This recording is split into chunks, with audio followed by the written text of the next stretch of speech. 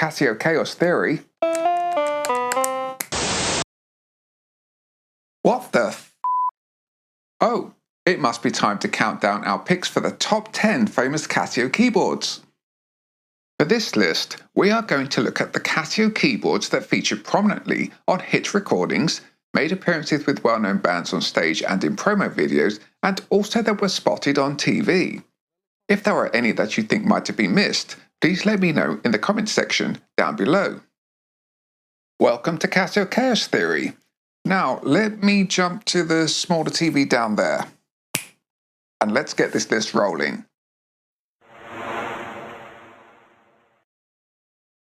Coming in at number 10, we have the SA67. This little keyboard made two noticeable appearances, firstly in a primetime BBC TV series and also in the incredible music video for an international #1 hit single. In the BBC Top Gear TV programme, presenter James May, who has a degree in music by the way, used an SA67 to play the Top Gear theme tune, while co-presenter Richard Hammond read out the episode introduction. It's actually quite economical. We take a seasonal Yuletide trip to Birmingham. As a, from what I've read, humorous response to the then recently announced BBC television budget cuts. And for its second noticeable appearance, it can be seen at various points in the video for Outkast's mega smash hit, Hey Ya, being played by the character Benjamin Andre. Interestingly, the little keyboard melody riff does indeed sound like it could have been played on a Casio keyboard.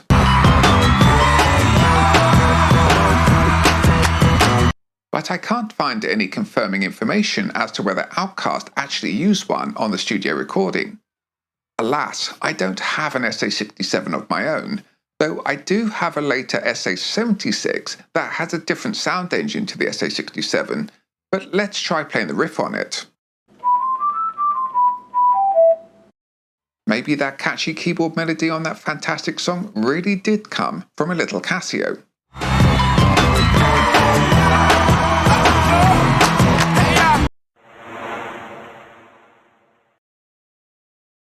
Coming in at number 9, we have the MT65 and MT68, two models that are identical other than their case colours. The first spot of one of these is with Italian new wave band De Novo playing one of their singles on Italian TV called Niente Insetti su Wilma, that I think translates to No Bugs on Wilma, taken from the album of the same name.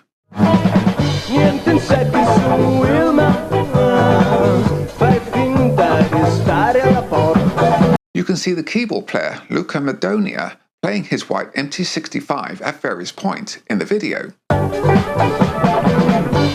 We also see an MT68 in grey make an appearance with the legendary Frank Zappa during an interview on a UK television programme called London Plus that was broadcast sometime in the mid-1980s.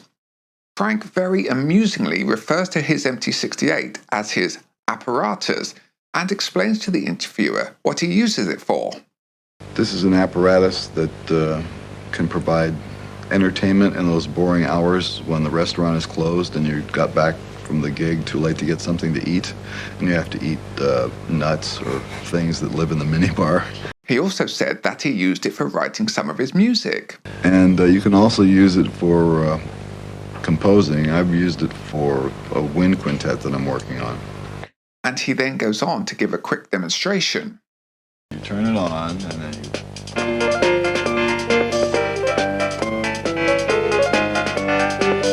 How cool is that? The legendary and much missed Frank Zappa composed some of his work with a Casio keyboard.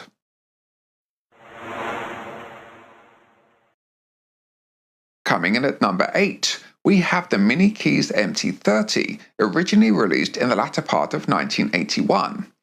Believe it or not, this little Casio was spotted with Viv Savage of Spinal Tap, the giants of rock and roll, with a little Casio.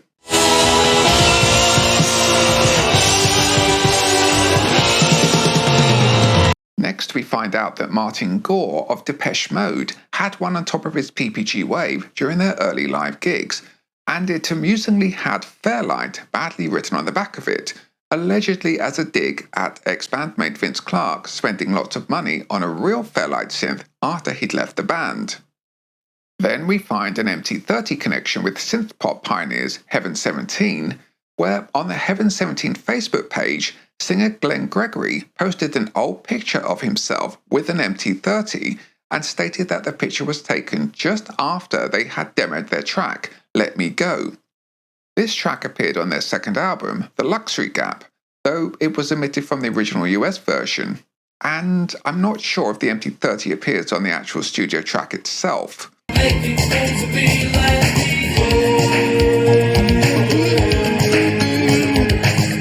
And spotted with Depeche Mode again, this time during an interview, I think from Dutch TV, where Dave Gahan is introducing the band, and we see him with Martin Gore as Martin demonstrates the PPG Wave with his Casio MT30 sitting on top of it. Next up, classic new wave band The Cars are spotted with an MT30 being played live by keyboardist Greg Hawkes while performing their song Cruiser when they were guests on the Tom Snyder Tonight Show.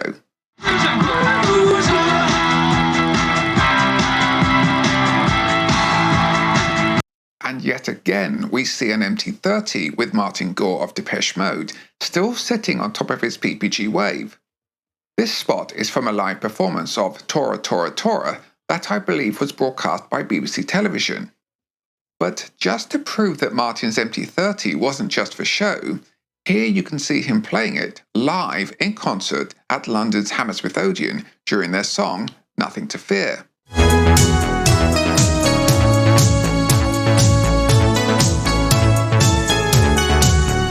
That is so cool to see a little Casio on stage with the mighty Depeche Mode, rubbing shoulders with Andy Fletcher's Moog Source, Anna Wilder's Roland Jupiter 8, and also Martin's PPG Wave.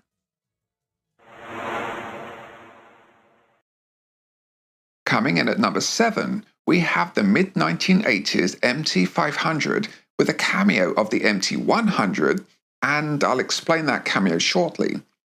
Firstly, let's go back to the mid-1990s in the UK, where a music movement called Britpop was in full swing, and swept up into that movement was a Sheffield-based band called Pulp, led by the wonderfully eccentric and charismatic singer-songwriter Jarvis Cocker. Pulp had been around for some years prior to Britpop, and in many respects they were in a different class, pun intended, and they were way more than the stereotypical and oafish lad culture style band that typified much of the Britpop genre. And it was Pulp that had one of the most unique and defining singles of that era. So what's this got to do with the mid-1980s MT Casio keyboard, I hear you cry? Well, I'll let Jarvis explain. I'll show you the keyboard. Let's just get ready. Look, this is the... Did you write it on that thing there? Modern Western history would not be the same if it was not for this Casio keyboard, which has seen better days now. Bits have fallen off it. But, yeah, I got this, and I went home to my flat in Ladbroke Grove at the time, and I kind of came up with the basic idea of what common people would be. As you can see, Jarvis bought a Casio MT500, took it home, and started writing a song on it. Wanna live like common people. Wanna see whatever common people see. Wanna live like common people. And he developed it into this.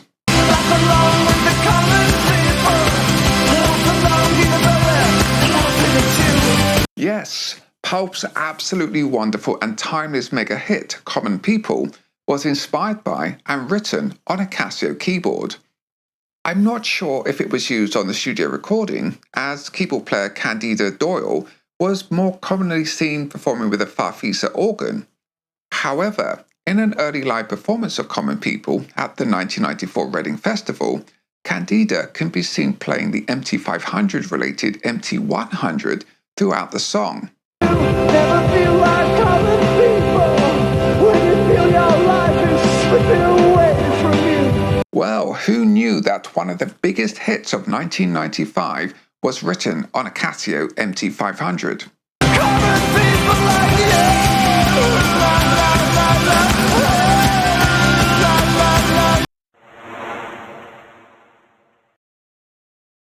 Coming in at number 6, we have the very first Casio musical instrument, the 1980 Casiotone CT201, and also its directly related successor, the CT202.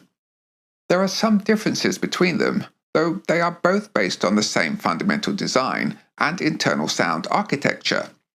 Both the 201 and 202 have been spotted being used by the Dooleys, a British family-based band that had a number of pop and disco hits in the late 1970s and early 80s, and going by some of their videos, was sometimes trying a bit too hard to be the UK version of ABBA.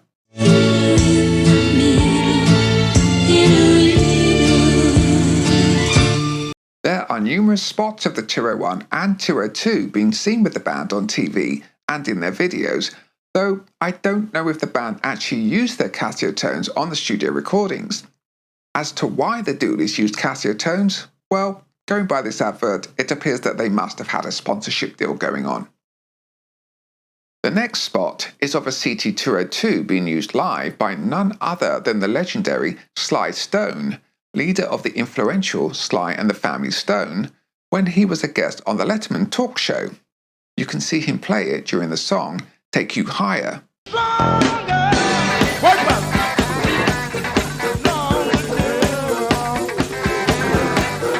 Next we get to see a CT201 being played by Ben Folds in a wonderful one-take live performance of his song Capable of Anything.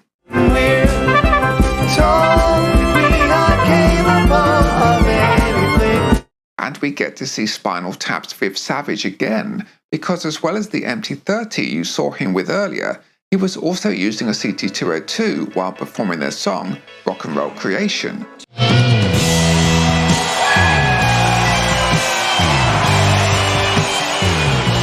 We conclude with yet another CT202. Who you gonna call? When we find out that it was used extensively on the massive 1984 hit single taken from the movie of the same name. Ghostbusters!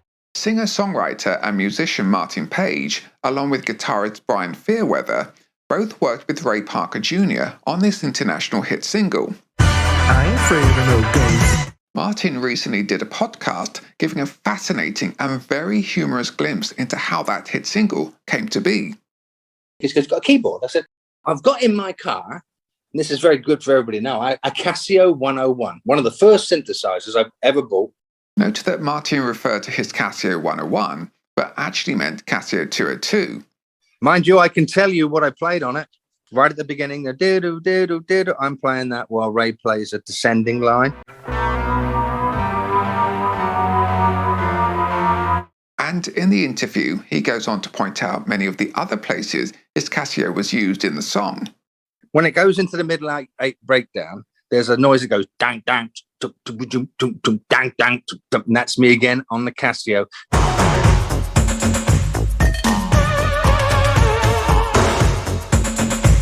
I managed to contact Martin for clarification over whether it was a 101 or 202, and he very kindly responded and confirmed that it was indeed his Casiotone CT202 that he used on Ghostbusters, and he even sent me some pictures of his CT202 in his studio. The very same keyboard that made many of the sound on the Ghostbusters hit single. That's your Casio page, that's your keyboard line, and it's number 1. I'll put a link to the podcast in the description box below, as it's well worth checking out. I think you better call Ghostbusters! There are quite a number of famous Casio keyboards that didn't make this list, so let's take a look at some honourable mentions.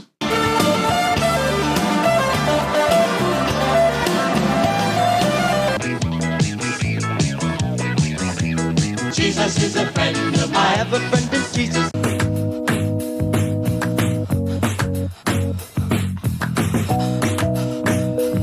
Well, we're Heaven 17 and we're writing a new album. But this is a digital recorder, which enables me to put 3 or 4 lines down at a time. If it seems a little time is needed.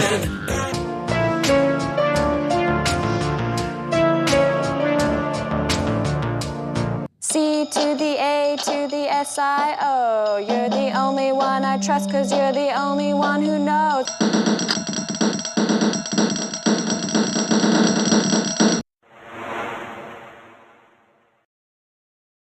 Coming in at number 5, we have the Mini Keys Casiotone MT40, along with its different colour but otherwise identical MT41 Twin. A somewhat innocent looking little keyboard that managed to kickstart a digital revolution in reggae music thanks to its built-in rhythms and bass accompaniment. And it was also used by the sound designer behind one of the most iconic classic arcade video games of all time.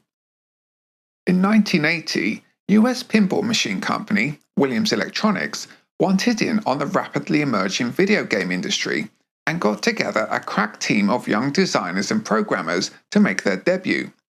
And what a debut it was, because that game was Defender, a groundbreaking, advanced and incredible for its time offering that catapulted Williams Electronics to the top of the charts as a sales success, and it is still revered among video game enthusiasts to this day.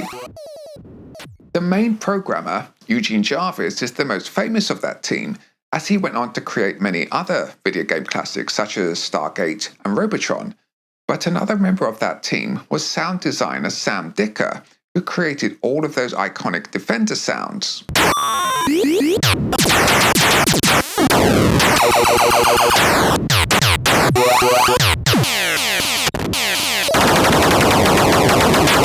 And in a 1984 photo of him working at his computer programming desk, there you can see him with a Casiotone MT40. Obviously, the MT40 wasn't used for generating the actual sound of Defender, firstly because it wasn't released until a year or so later, and also because the arcade hardware had its own sound generating CPU. However, it looked like its compact desk-friendly size made it perfect for when Sam was working on ideas and needed access to a musical keyboard. Moving on, but still in 1984, let me temporarily hand over to the Keen on Keys YouTube channel to introduce us to the MT40 digital reggae revolution story. Noel Davey, a young Jamaican musician from Kingston, was given an MT40 by a friend, who brought it to Jamaica from the States at the end of 1984. He only owned a melodica before, but people saw his talent and thought he would do much better with a keyboard. He fooled around with it, together with a 19-year-old singer named Wayne Smith.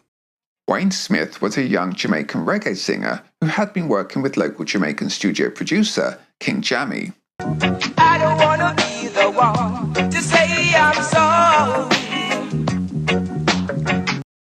While experimenting with the Casiotone, Wayne Smith stumbled upon what would become the now famous and iconic rhythm.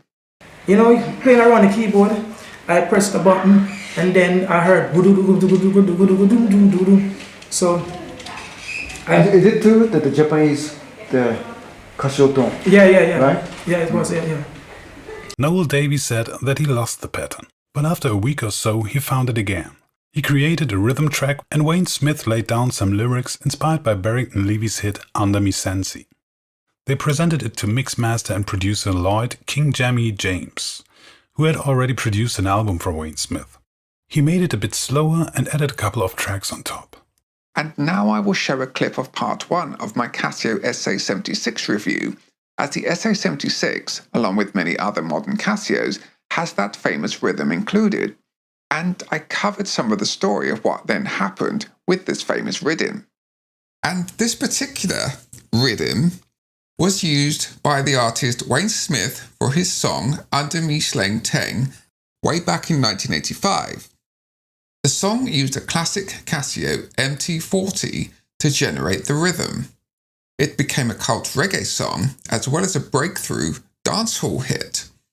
It also opened the doors for many reggae artists to start using electronic instruments in reggae music. Yes, that rhythm became the hugely influential and game-changing dancehall hit Under Me Sleng Teng. Under me slang to me, under me slang teng, under me slang to me, under me. And I must also give a shout out to the very young music college graduate Okuda Hiroko, who came up with the iconic Sleng Teng rhythm when creating the MT40 rhythms while working in-house for Casio, and unknowingly created the rhythm that would change reggae music forever and bring it smack bang into the digital age.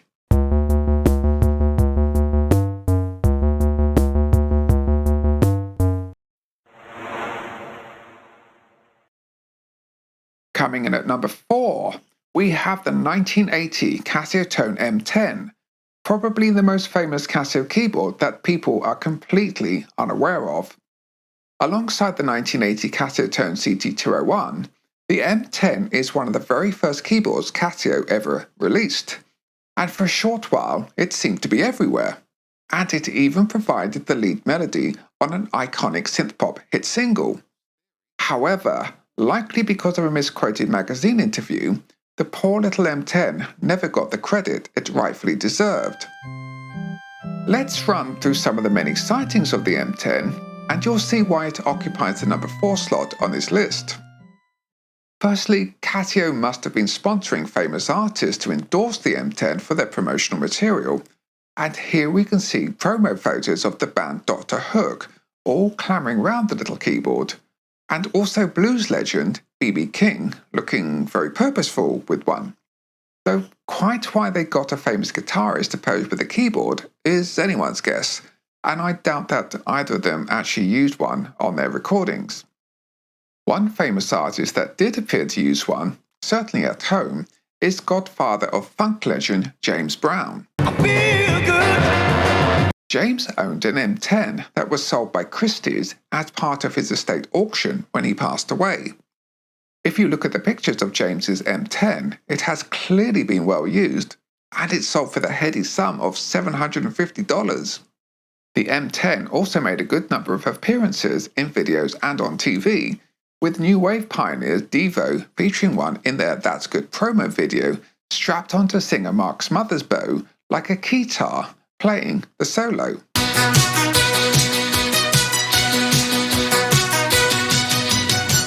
You can also see one making an appearance in the video for the quirky Wall of Voodoo hit single Mexican Radio.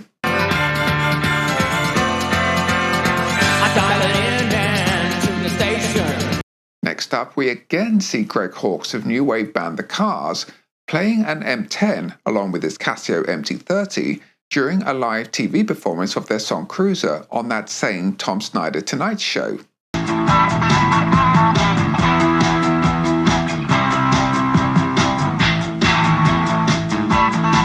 And here's another M10 TV appearance with Tony Basil. This time as a prop with a dancer on a TV show during her song I Don't Hear You. I don't hear you. I don't hear you anymore. And even prog rockers Genesis can be seen with one featuring prominently throughout their video Keep It Dark in the hands of keyboardist Tony Banks. It don't seem too bad if you consider. Getting back to quirky pop again, the British experimental jazz fusion band Landscape had a surprise and oddball hit with Einstein a Go-Go.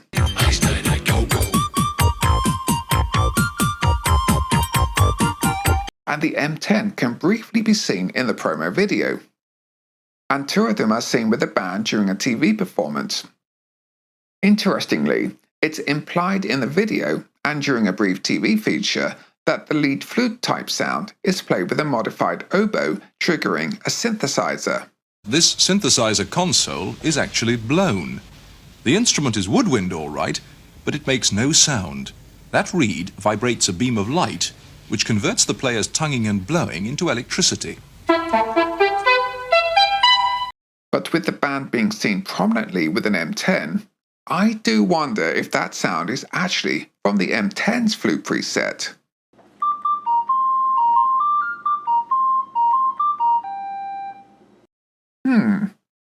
Just maybe. And now the M10's biggest claim to fame was providing the lead melody on the Human League's brilliant synthpop hit single, Open Your Heart.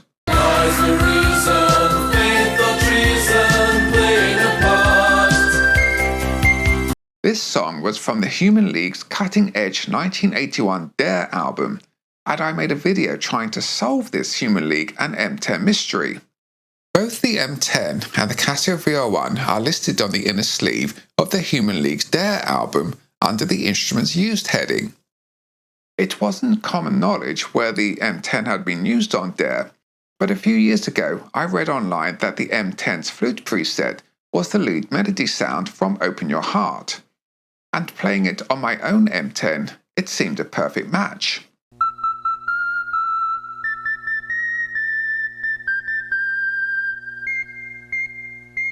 But then I stumbled upon an April 1982 copy of Electronics and Music Maker magazine that had an interview feature with Dare's producer, Martin Rushent. To cut a long story short, I believe that Martin was misquoted and the interview was poorly transcribed because it incorrectly stated that the VL1's flute preset was used on Open Your Heart. We even used the Casio VL tone. It's on Open Your Heart playing the main theme. It's on the standard flute preset. We programmed it into the memory of the VL and just hit the button at the point we wanted it to play. This meant that over many years, people believed that the melody was played on a VL1, but in my video I investigated this conundrum and established that it was not possible that the VL1 was the sound on Open Your Heart, but was actually the M10. So yes, the M10 absolutely deserves credit for providing the lead melody in that great song.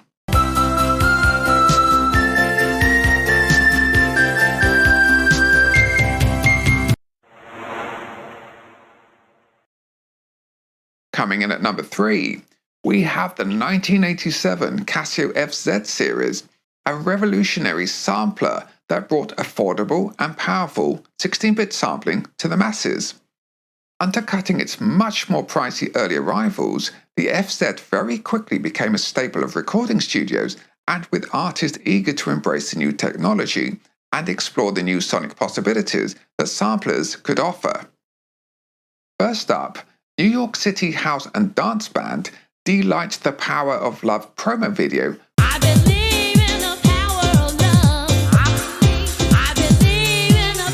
prominently features the FZ1 throughout this hit club song, being played in the video by DJ Dimitri.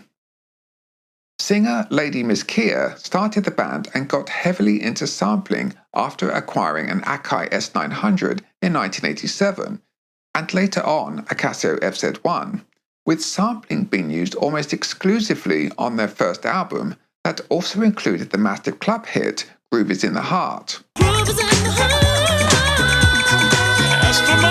Next we see DJ-producer duo Cold Cut collaborating with club and house singer Yaz on the hit club track Doctor in the House.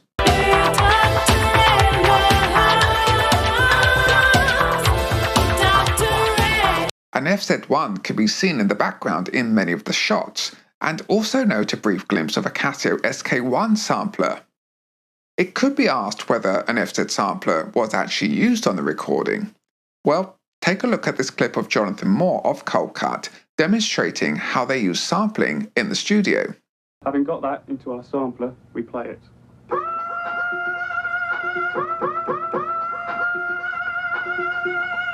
And that's it. We also see the FZ make appearances in a number of other promo videos, such as Robert Palmer's Tell Me I'm Not Dreaming, being seen played by the keyboardist at many points during the song. It was also spotted a number of times for the UK singer Kim Wilde, who might have had a Casio sponsorship deal, as she was seen with Casio instruments often around this time. The FZ1 and the VZ1 can be seen during the TV performances of her singles Love in the Natural Way and also during a Top of the Pops performance of You Came. And those UK West Country Epsom Mad Funkers, aka EMF, had a massive 1990 worldwide hit with their single Unbelievable. You're unbelievable. A track that featured a lot of samples in it, on top of a more conventional band lineup. In the promo video, keyboard and sample player Derry Brownson can be seen playing a Casio FZ1, though the Casio logo on the back has been covered with a motherfucker sticker. You're so unbelievable. Then we see Japanese electronic new age musician Kitaro in a live performance of his song Matsuri, very prominently using an FZ1 to play the lead melody of that composition.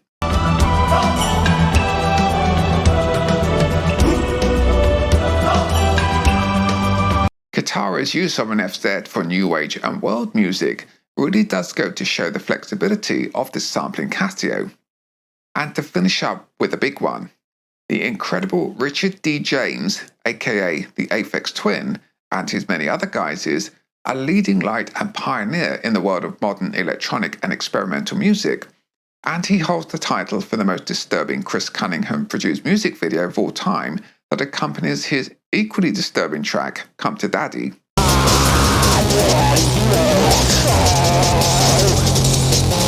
Richard made extensive use of an FZ sampler in the early part of his career, as can be seen in this Future Music magazine interview. His most frequently used sampler is Casio's FZ1 and FZ10 rack-mounted version, a hybrid synth and sampler keyboard with a digitally controlled analog filter famous for its unique bite. The beats on the 1993 Polygon window track, Quoth, were recorded in an afternoon spent in a scrapyard with beaters and hammers and then fed into an FZ10.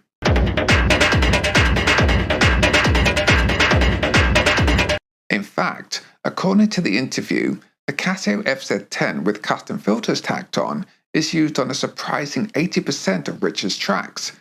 So, with the FZ being a studio staple in its day, along with it being the weapon of choice of one of the most progressive electronic musicians of modern times, it most certainly deserves the number 3 slot.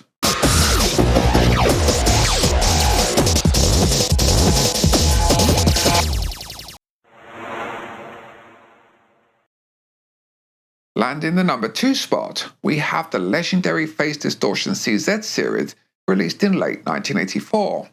Casio's surprisingly powerful digital synthesizer range that took Casio from the home keyboard market right into the professional arena to tackle the likes of the game-changing 1983 Yamaha DX7 FM synthesizer head on. Before it was released to the public, it was developed with input from Japanese electronic music pioneer Isao Tomita, and a prototype Cosmos synthesizer was built comprising of a number of rack units, with a Casiotone CT6000 being used as a controller keyboard.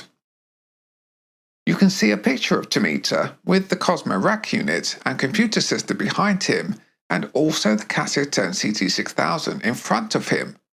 Tomita apparently used the prototype Cosmo synth on his 1984 Dawn Chorus album.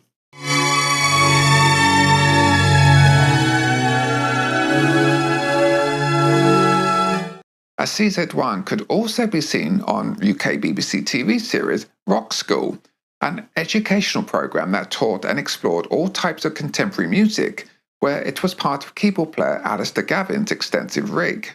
And play them just like you would any other machine, using this machine, a sampler. The big CZs made regular appearances in pop promo videos such as Bob Seger's Beverly Hills Cop 2 theme, Shakedown. Shakedown, breakdown, take down, everybody wants into the crowded line. And yet another Casio sighting with Kim Wilde.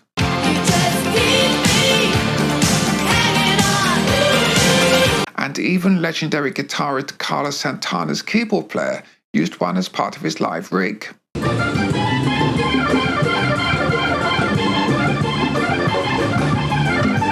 Next we see UK house music DJ, songwriter and record producer Steve Mack revealing his own CZ101 during a tour of his studio. Casio CZ101. I used this on a track recently, but also found that original rave organ on it as well, which I think was on the, is it Too Bad Mice record, Bomb Scare? Get some really interesting sounds out of them. Don't be put off by the name Casio. There's some good shit there. Very wise and true words there. And keyboard player Stephen Luscombe from British synthpop duo Blancmange had a CZ5000 as part of his studio and live rig. You can see him play it during their gig at the Ritz back in 1985.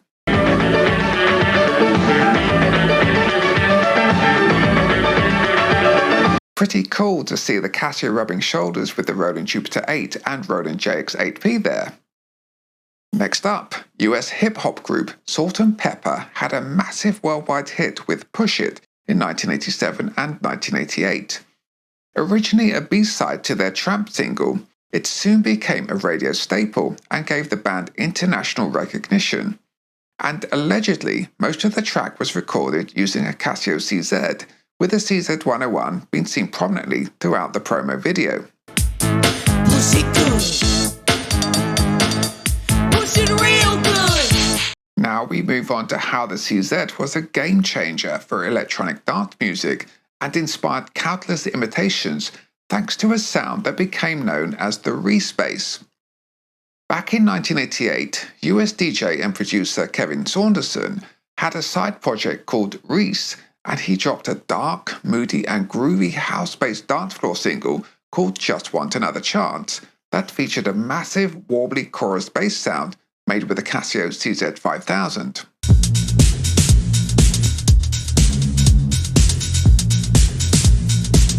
This track remained relatively underground until British DJ and producer Ray Keith, known by his artist name of Renegade, sampled Just Want Another Chance for his own 1994 track Terrorist, and in the process influenced all future jungle, drum and bass, dance, EDM and rave bass lines.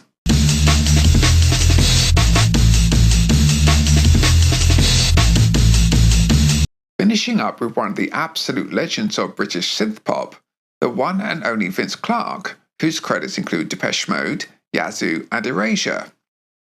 Vince was a big fan of the CZ synths, and he used them extensively while recording Erasure's 1986 debut album, Wonderland, and you can see him standing with producer Eric Radcliffe next to a bank of 4 of them during the recording sessions.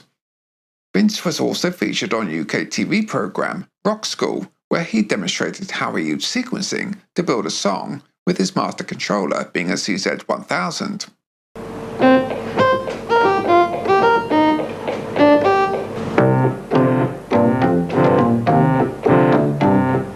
Along this way, each number represents like a 2-bar section, and just carry on continuing the numbers. And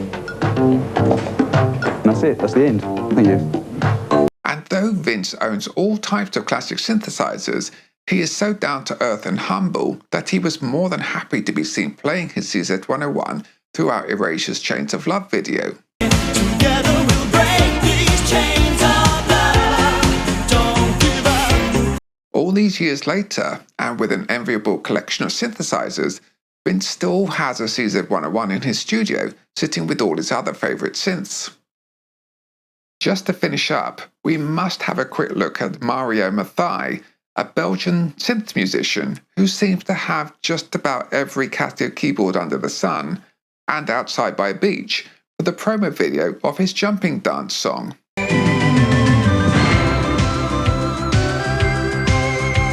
That's it. That's where I've been going wrong all these years. I need to get myself a pink headband.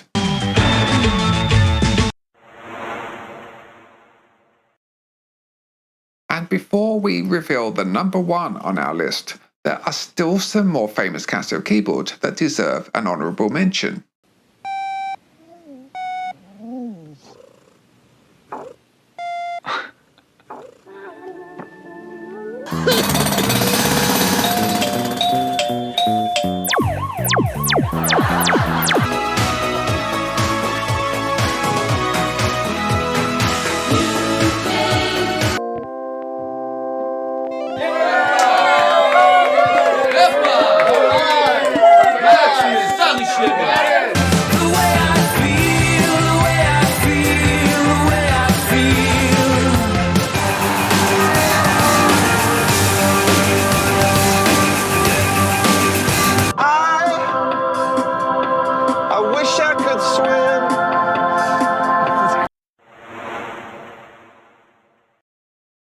We finally reached the number 1 spot, and it can only be... Jesus is a friend of No, mine. definitely not that. Even the name of our most famous Casio keyboard is number 1.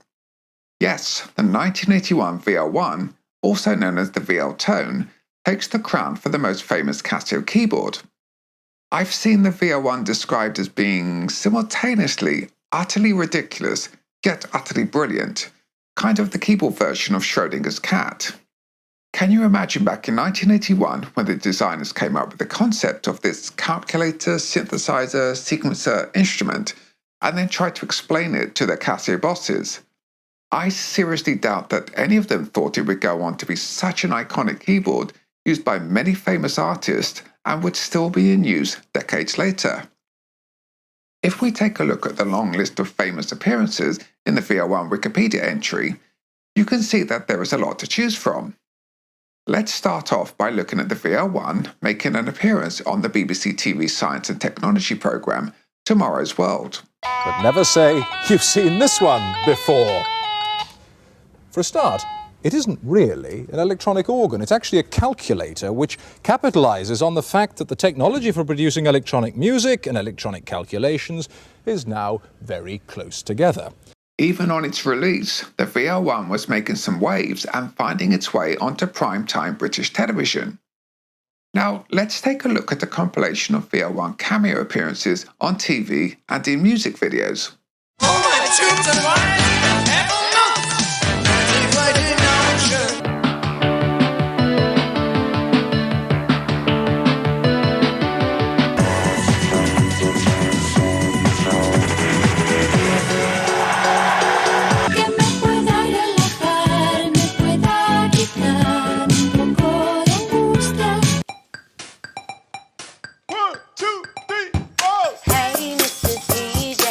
The little VO1 is rubbing shoulders with some big names there.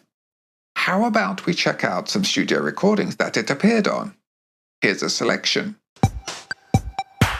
I've never so adored you.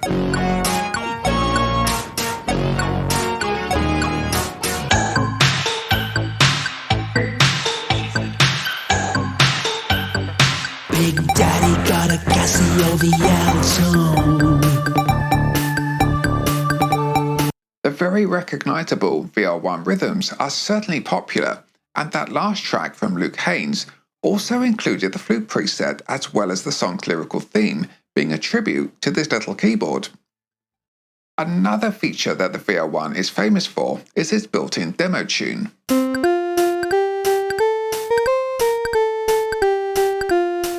And according to the VO1 owner's manual, it's simply called German folk song. Though there is debate online whether it really is a German folk song. More confusingly, the Casio PT-80 has virtually the same demo tune,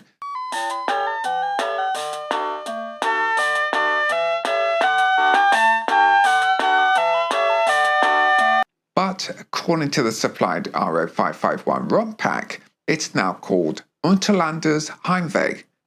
Yet a search for music called Unterlanders Heimweh finds recordings that do not sound at all like the VO1 demo tune.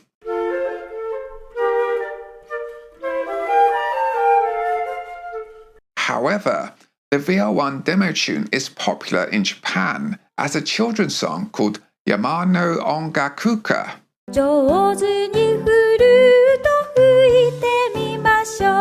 And that is clearly the demo song in the VO1 and PT-80. Regardless, it's such an iconic tune that it too has made appearances in cartoons and recordings. The bizarre animation show Homestar Runner had a character in it called Strong Bad, and in one episode he is challenged to come up with a crazy cartoon. My head would be an old keyboard, and when I get mad, it played a demo.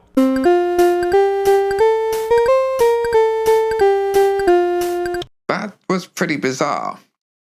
The song even inspired Latvian band Zelteni Pastiniki's Casio song, the first track on their Depressiva Pilseta album, with lyrics sung over the top of the VO1 demo tune.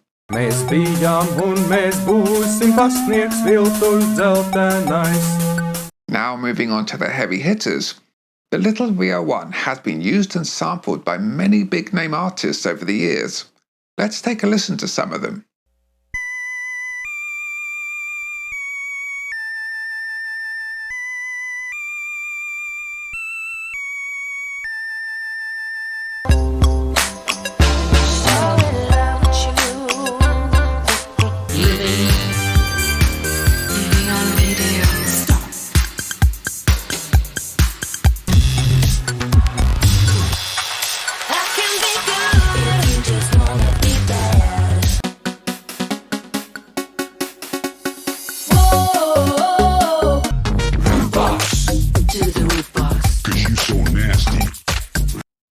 iconic sounds that are so unmistakably from the VR1, appearing on recordings by major international recording artists.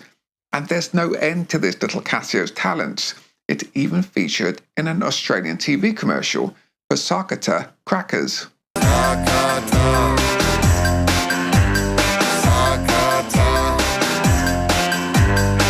Does that melody sound familiar? If it does, it's because it's based on an international hit single that had the VR1 in the starring role. Jesus is a friend. For goodness sake, no, absolutely not that one. This one.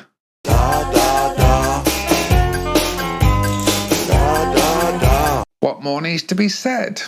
The VR1 is the core and foundation of Trio's unmistakable, unforgettable, and brilliantly iconic minimalist Da Da Da that was an international hit, charting high in 32 countries, hitting the #1 spot in 4 of them, as well as being nominated for a Juno Award for Single of the Year in 1983. Quite an achievement for what is fundamentally a calculator with a mini keys monophonic synthesizer built into it. So there you have it, the top 10 famous Casio keyboards list, with the VR1, in my opinion, absolutely deserving of the crown and the #1 spot. Do you agree with this list? Did I miss out any famous Casio keyboards? Let me know down in the comments. Now, how do I get out of here and back to normality? I know, I'll use my magic VR1. Casio Chaos Theory. Oh no, it's not working. I'm going to be stuck here. Hang on. Mr. Trio, can you help me out?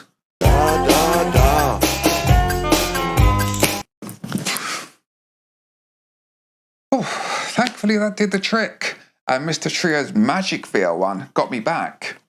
Maybe my VR1's batteries are going flat. Anyway, I guess that's it for this video. Please don't forget to hit the like and subscribe buttons. And remember, keep it Casio. Jesus is a friend of mine.